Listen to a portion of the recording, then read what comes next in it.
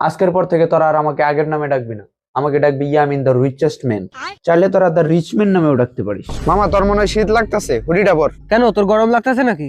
আরে গরম তো একটু লাগবেই, আইফোন চালাই না। ভাবতেছি কি দুইটা বডিগার্ড রাখবো, রাস্তা দিয়ে একা একা চলাফেরা রিস্ক হয়ে যাচ্ছে।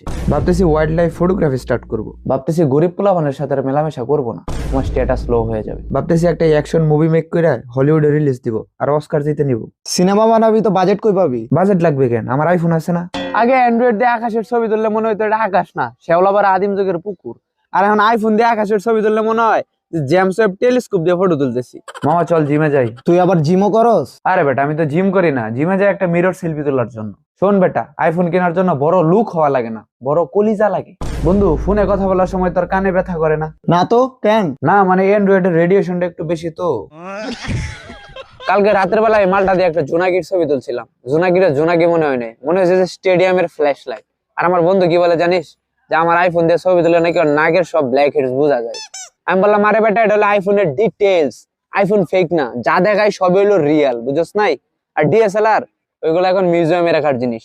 আইফোন কিনে খুব মুসিবতেই পড়ছি রে মামা, বিভিন্ন সংস্থা এসে শুধু বলে 2-1 লাখ টাকা ডোনেশন দাও, মনে করে আমি খুব বড় লোক। কালকে তো শিডিউল নাই আপু, শিডিউল হলো 18 তারিখে শিডিউল আছে, একদম 18 তারিখ। আচ্ছা তাহলে 18 তারিখে শুট করি। ওকে ওকে, ডান ডান। ছবি তুলে দেওয়া লাগে, কি একটা বিপদ। হ্যাঁ তুই কি মেয়ে মানুষ নাকি আইফোন দিয়ে ছবি তুলতে জাস্ট ফাউল পেটা ফোন কাট।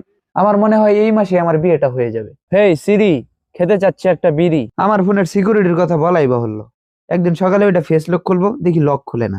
কাহিনী কি, আয়নাতে যায় দেখি আমার চোখে একটা ময়লা পড়ছে। দেখ তাহলে লেভেল, নিজের মালিক রে মোবাইলে সন্দেহ করে, আর হ্যাকার তো দূরের কথা। দে তো মামা ছবিগুলো অ্যাড্রপ করে দেই। ওহো তুই তো অ্যান্ড্রয়েড ইউজার, তোরা না সে এখন আদিম যুগেই পড়ে আছিস। দেখ হোয়াটসঅ্যাপে নক কর। আগে যখন অ্যান্ড্রয়েড ইউজ করতাম তখন মনে হইতো মোবাইল না, হাতে একটা ইট নিয়ে ঘুরে বেড়াইতেছি। আর এখন আইফোন, এই আইফোনের টাইটানিয়াম বডি স্পর্শ লাগলেই মনে হয় যে আমি ইলন মাস্কের পার্টনার।